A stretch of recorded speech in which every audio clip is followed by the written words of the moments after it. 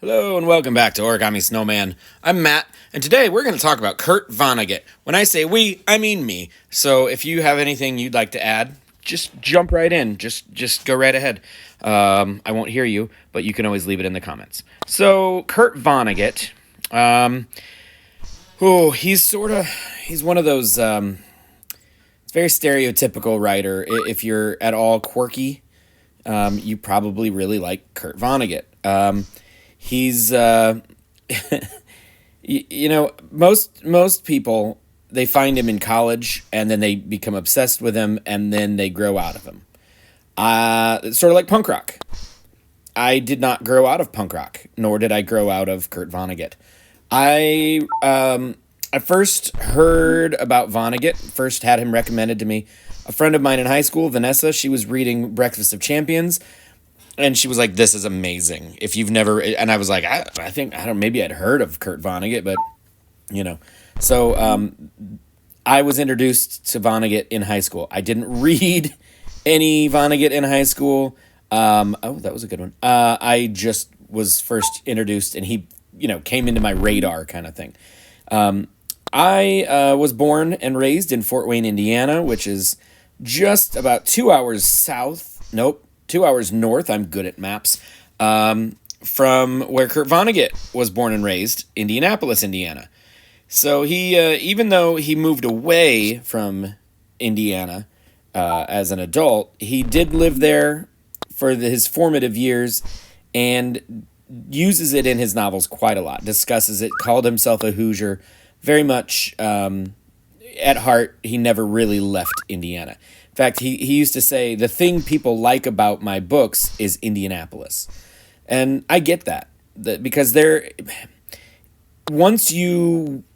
terrible. Once you sort of prune out the politics and the bigotry that really is deep-seated here in Indiana, Indiana is a very charming place. This hole is giving me all sorts of fits.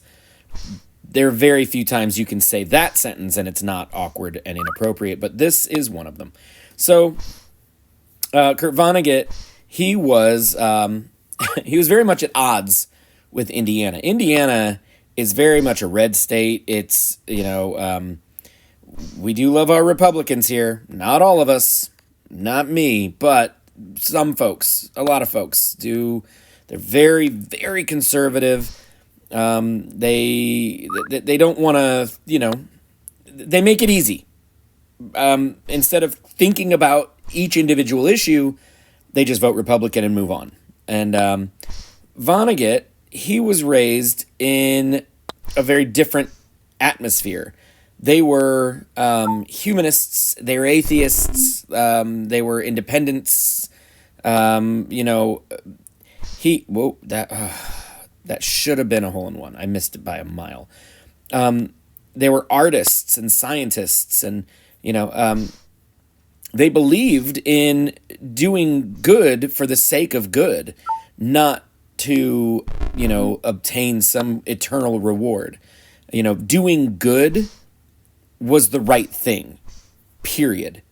And that was their motivation. So I really admire that as someone who has seen so many people make religious-based decisions that hurt others and then claim to be doing the Lord's work. I don't buy into that. In fact, I'm going to get a little religious here if you're interested.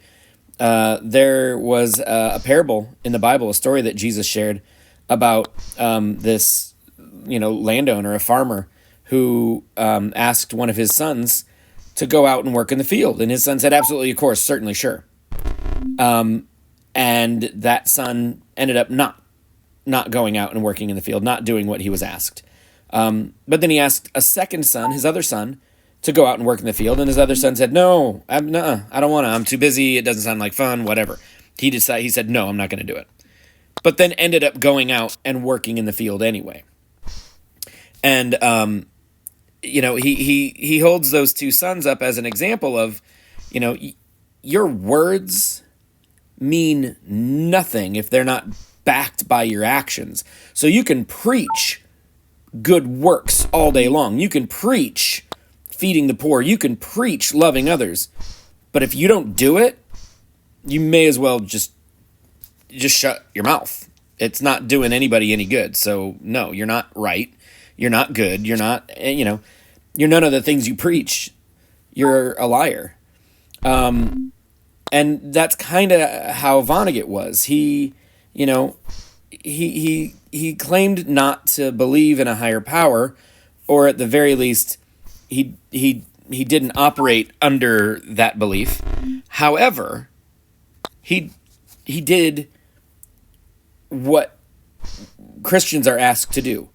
He fought for the marginalized.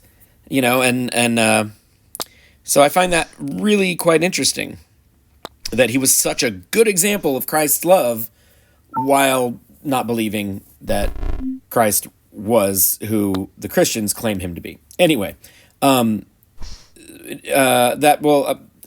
of my absolute favorite quotes from any novel ever is Vonnegut's line in Sirens of Titan, very near the end of the book. Pardon me, I just burped. That's wonderful and disgusting all at the same time. Disgusting for you because you heard it. Wonderful for me because I just got to retaste the burrito I just ate for lunch. I'm sorry, I shouldn't have said any of that. I should just have carried on with what I was talking about, which is this line from Sirens of Titan. And the quote is, a purpose of life, no matter who is controlling it, is to love whoever is around to be loved. That is so beautifully put. And it's very much like red text. You know what I mean? Like in the Bible, Jesus, everything he said, a lot of Bibles publish it, that, his words are in red. And I feel like if that were in the Bible, it would be in red because it is so in tune with Christ's message. I quote that line in my last novel, Secretly Kings, and I was a little worried that I didn't get permission to use it. I probably shouldn't even be saying this right now, but I didn't get permission to use it. But I wasn't about to take it out because it was so important to the scene and to the story overall that I didn't see any point in telling the story if I couldn't quote that line. And I did give credit, in the story. The character says, "This is Kurt Vonnegut," so come at me, Vonnegut estate.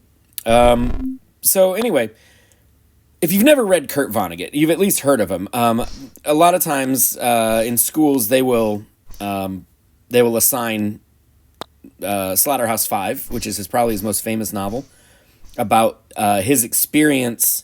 It's semi-autobiographical. It involves his experience as a prisoner of war in Dresden, Germany during World War II. He tells the story through the eyes of a character named Billy Pilgrim, who has become, well, as he puts it, Billy Pilgrim has come unstuck in time. And he keeps jumping around to different points in his life. Now, Billy Pilgrim is the most chill character in all of literature. Because at no point in time does he freak out and be like, "What is happening? What is going on? Someone listen to me. I need to explain. This is crazy. 1 minute I was doing this and then now I'm here and what is going..." No, he's just, well, that was interesting. Nothing phases him. He's just like, all right, well, I guess we're going to see what happens next. And he's the most calm, chill person. And the reason for this is he has seen how he dies. He has seen the end. He's lived through his death. And he knows it's not the worst thing that's happened to him. And in fact, he knows that's also not the end. Because even after he dies, he jumps back to different points in his life. So he's dead, but he just keeps on living. So yeah, he's chill. He doesn't have anything to worry about. He knows how everything happens. He just enjoys it. He just lives his life and soaks in each moment. So Slaughterhouse-Five is actually really interesting because of the sci-fi aspect of the time travel, and then there are also aliens in it. But also because of Vonnegut's telling of the firebombing. All of his experience with that is heartbreaking and absolutely amazing. So if you've read Vonnegut, there's a real good chance you read Slaughterhouse-Five. But I don't think Slaughterhouse-Five is his most interesting book. It's definitely worth reading. It's absolutely amazing. And some people will say, oh, his first book, Player Piano, was his best. That's not true. That's not true at all. He makes some good points about humanity's drive to remove the necessity for humanity. We would like very much to take us out of the equation and have everything else be automated. But unfortunately, what that does is it leaves us feeling unwanted and unneeded and useless, which is a horrible thing for a human being to feel. So Player Piano is okay. It was fine. Sirens of Titan, even though it has my favorite quote, it's not his best. Cat's Cradle is excellent. Cat's Cradle is really terrifying and fascinating. Has another one of my favorite quotes, and it is this. She was a fool, and so am I. And so is anyone who thinks they see what God is doing. I just love that line. It's about this scientist who was based actually on Robert Oppenheimer. He develops this chemical or this element called Ice-9. And what Ice-9 is, it's perpetual ice that teaches water molecules. I was clearing dust off my screen and I hit the thing. Doggone it. Ice-9 is it's a molecule that teaches water molecules how to be Ice-9. Any water molecule that it comes in contact with. Now, it has to be.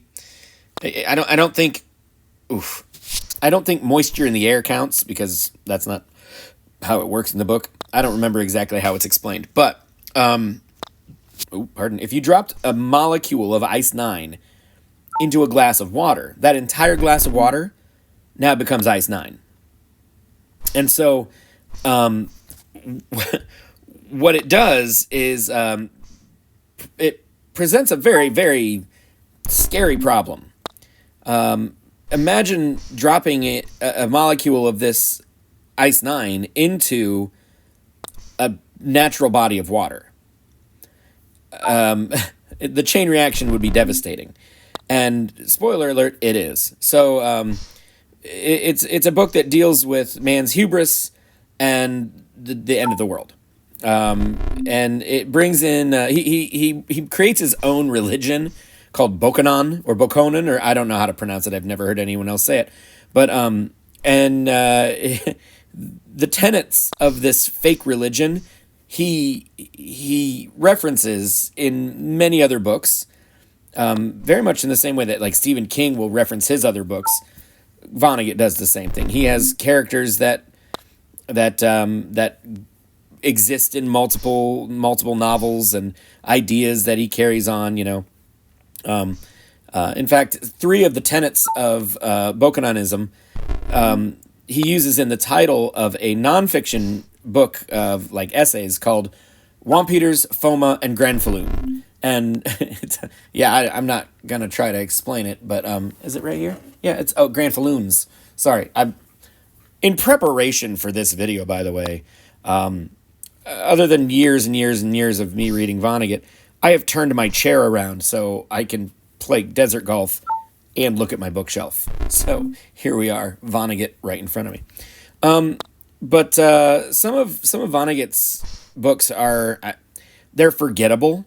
Dead-Eye Dick and Jailbird. I really don't remember. Hocus Pocus, I don't remember what happens in these books. I've read them. They just didn't leave a mark in my brain. Bluebeard, I remember bits and pieces of that book. But oddly enough, the books that made the most impact are books that people seem to like the least. Timequake, I really enjoyed Timequake. That was his last novel. He wrote that about 10 years before, well, it was published about 10 years before he died. I bought that, that was one of my first Vonnegut books that I read. I remember seeing it brand new at a bookstore, and I still have that same copy sitting right here on my shelf. Slapstick. Slapstick is a weird book, but it's got some really fascinating ideas about, humans fiddling around and messing things up. Gravity is on the fritz, and so like some days are heavy and nobody gets out of bed. Some days are light and people walk around, like feeling young and able, and like the main character, he says that on those light days he could throw a manhole cover across the Hudson River. And he says this because he is one of the only residents of New York City. He's the last president of the United States of America, and he lives in the abandoned lobby of the Empire State Building. It's just a weird, interesting sci-fi story about just people. All of Vonnegut's books are about people, and they all make a really good point, and they're very funny. Some of them are very sad, but they're all worth reading. Another one of my favorites was God Bless You, Mr. Rosewater. And that one is so good. The character of Elliot Rosewater, he is the heir to a very impressive fortune. And there are many, many people attached to this fortune, in the form of like stockholders and board members and things like that, and lawyers and all that. And they're trying to prove that Elliot Rosewater is insane so that they can take control of his fortune and manage the Rosewater Foundation. He'd still have, access to a fair amount of money. He's not going to be destitute, but they don't trust him to manage this money. And their key evidence for the judge that he is insane is that he's using this money to help the poor. Like, that is how that, like, the wealthy see charity and they see altruism as a mental illness. That's what Vonnegut is saying. And in a lot of ways, yeah, Elliot Rosewater is very, very ill. But he's doing so much good for the people of Rosewater, Indiana, which is a town that his ancestors founded, and he sort of adopts the people of Rosewater, Indiana, and anybody who has a problem, anybody who needs anything, he is more than happy to help them. He's the only one who listens. He's the only one who cares. And, his heart is genuinely broken for these people. And he's going to do whatever he can to help these people live their best lives. And this whole is never going to happen. It's one of those things where you read it and you think, if I had that money, would I be as good with it as he is? Or would I be like these other guys and see that as a mental illness? And it's hard because deep down inside you wouldn't be as good with the money as he was. Yeah, he was squandering it, but he could either spend it on himself, on vacations and cars and clothes, or he could spend it on these people. These people who he loves, he genuinely loves them, and they send him away to a hospital to get healthy and to get his mind back in order. And, it's tragic, but at the same time, you realize that, in the end, he was not mentally ill at all. He knew, dang it, he knew exactly what he was doing, and he outsmarts everybody, and he this, I don't know what to do here, you guys. I don't know how to get over this very long slope that is preventing me from getting into the hole. Okay. So God bless you, Mr. Rosewater. It's very, very funny and very touching, but people didn't seem to enjoy that one. That's a shame, because it sends a really powerful message about, what's more important, status or people. And it's a very accurate, it paints a very accurate picture of the people with the resources, in my opinion. It's a class war kind of thing. So let's move on before I say things that y'all have to disagree with, because they're just nuts. So, missed that one by a mile. What else? Pardon me. Mother Night is another one with a very famous quote. He says, nice. He says, "We become what we pretend to be, so we must be very careful about what we pretend to be." That's a paraphrase. It may not be exactly right. And the idea behind this, the plot of this story is, the main character, he is a propaganda artist for Nazi Germany. He does radio programs, and they use them as recruiting tools. And he's very, very famous, all over Germany. All the Nazis know him. They love him to death. He's just this great speaker, great orator, and rallies the troops for Germany. Well, the war ends, and he is arrested as a war criminal. But he claims that he's actually a spy for the United States of America. And, he says, "This is my handler for the CIA. I reported to him. Every one of my radio programs was an encoded message.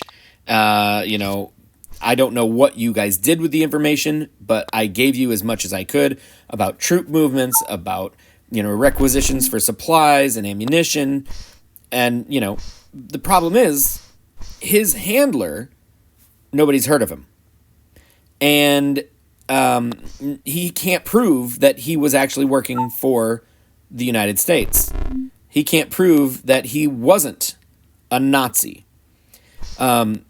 Eventually, he is able to prove all this stuff, and he is able to clear his name. But one of the Germans that he is imprisoned with says to him, "You might have been working for the CIA all that time, but whatever information they got from you could not have been nearly as helpful as the recruiting you did for us. You said and did all these things thinking you were working for the U.S., but it served us so much better than it ever could have served them." And that's where the line, "we must be careful what we pretend to be," that whole thing. That one's a really sad, really tragic story. Very good, very interesting. But my absolute favorite Vonnegut novel is Breakfast of Champions. It is quirky. It is weird. He illustrates it with a felt marker. And he tells the story almost as if he's explaining everything to an alien. And it is so funny. This was the book that my friend Vanessa was reading in journalism one day, and was she read a passage to me, and I remember the passage. It was a description of one of Kilgore Trout's short stories. But Kilgore Trout is a recurring character in Vonnegut's novels. He's sort of the embodiment of Vonnegut as he sees himself. Kilgore Trout is a middle-aged short story writer and a novelist who no one's ever heard of, who just keeps writing things, and he sends them to magazines to be published and never looks back. Never ever gives them a second thought. Once he's written a story and put it in the mail, he forgets about it. And so he's this kind of disillusioned angry old man who just, doesn't have any hope left, and well, really never had hope, but is just, he doesn't care. He doesn't care. Bah, pff, whatever. He's like a poor Ebenezer Scrooge. He's hilarious. He's delightful. But if, for example, if you were gonna cast him in a movie, other than Nick Nolte, who played him in, was it Nick Nolte? I don't remember who. No, it was Brian. God, I can't remember his name. Doesn't matter. In the movie adaptation of Breakfast of Champions, which is terrible, don't watch it. I really do think, like when I picture Kilgore Trout, I picture Paul Giamatti. He's this small, grizzled, ridiculous old man, and I love Paul Giamatti. If you haven't seen The Holdovers, he's so good. Breakfast of Champions is so very funny, and the illustrations are hilarious. At one point in time, he uses an unkind word for the sphincter, and explains to the aliens or to the whomever reading the book what it is, and then draws a picture of one. And it's just a bunch of lines crossed over in the center, basically a very crowded asterisk. And he was so amused with his own joke that he worked it into his autograph. So he would write his name and then he would draw that. And people would ask him, "What's that?" And he'd say, "Oh, that's my sphincter." Because Vonnegut was very good at making people uncomfortable when they had no reason to be.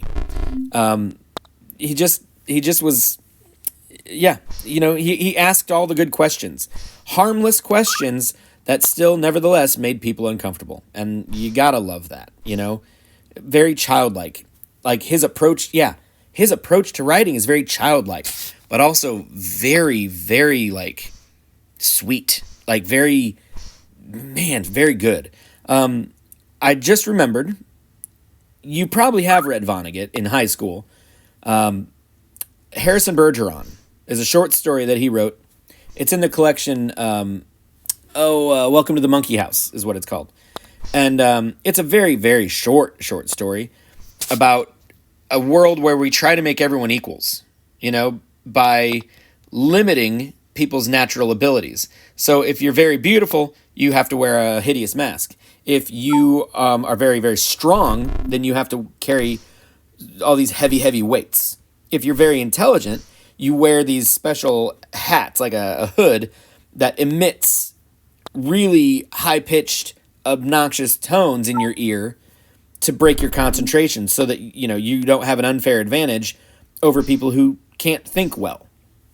And, so the story is about Harrison Bergeron, who is, this amazing, brilliant, very strong young man who has all of the handicaps, and it's a very heartbreaking story, but, it's very much worth reading. And it's, again, very short, so it'll, literally, you could read it standing up in about 7 minutes. It's not, it's not the kind of book or kind of story that you snuggle in to read. You're not going to need cocoa for this one.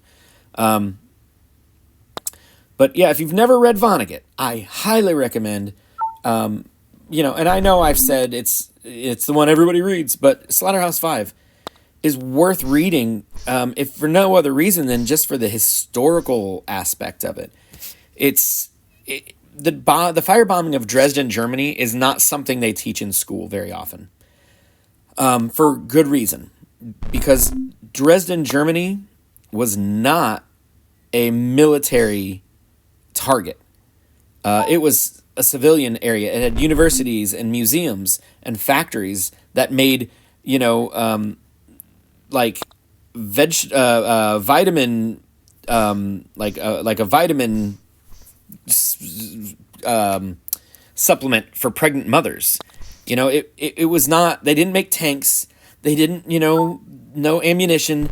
They didn't plan attacks from this place. It was a civilian population, and it was a beautiful, beautiful city. And the UN firebombed it. And if you don't know what a firebombing is, they rain down incendiaries, just smaller explosives and things like that, and then they dump fuel on it, and they turn the entire city into just a firestorm. Nothing survives.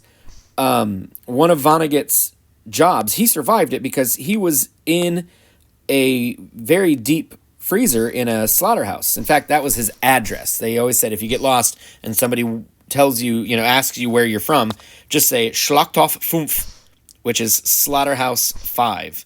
That was where they were keeping the POWs. And it was deep enough that the fire from the firebomb wasn't able to suck out the air and incinerate the prisoners. They survived. But after the firebombing, when the soldiers went out and looked at the city, they came and they got the POWs and they forced them to clean out, basically to go into the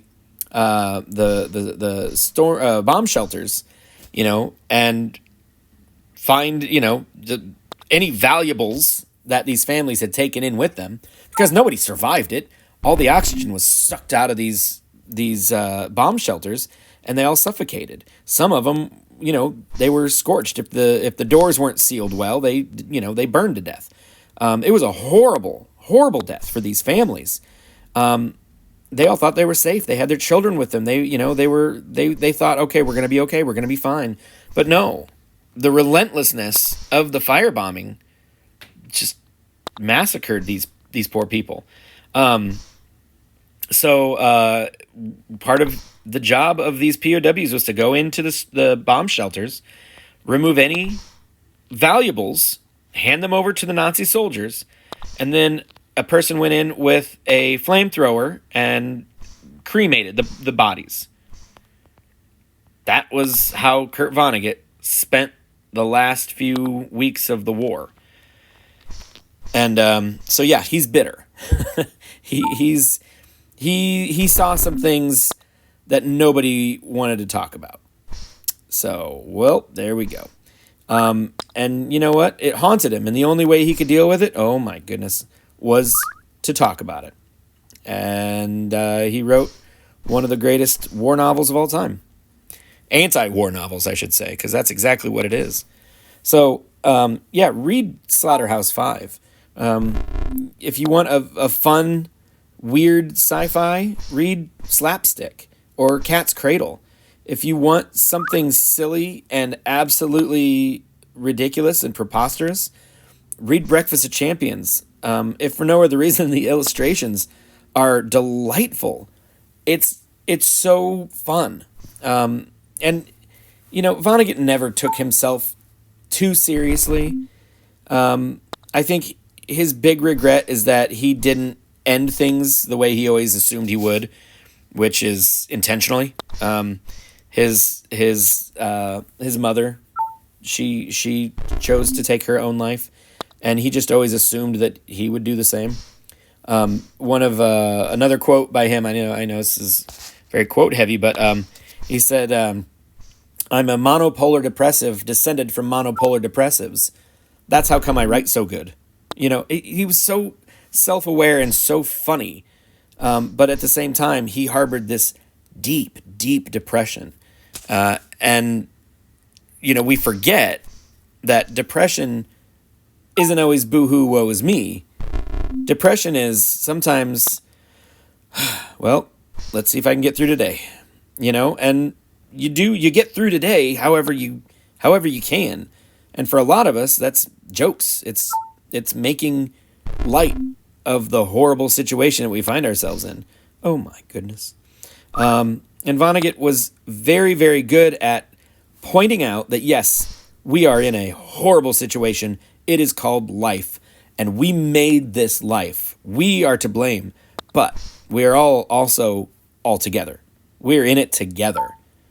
And so it's okay to feel bad about it, but please don't give up. I think he always assumed that was the end that waited for him, but I think he fought it, and I admire him for that. He ended up falling and ended up dying to blunt force trauma. He hit his head because of a fall, and lingered for, I think, a couple days and passed away. And that is the end of Kurt Vonnegut, but it is not the end of his works. Please read some Vonnegut. That is a hole-in-one, and I'm going to end this video now. I think you guys, if you enjoy my videos, if you enjoy my sense of humor and the way I talk and the way I think, then I think you'll enjoy Vonnegut. He really was a wonderful guy. Very insightful, very funny. So give it a shot, check it out, and thank you so much for watching. I hope to see you in the next one. Love you guys. You're the best. Goodbye.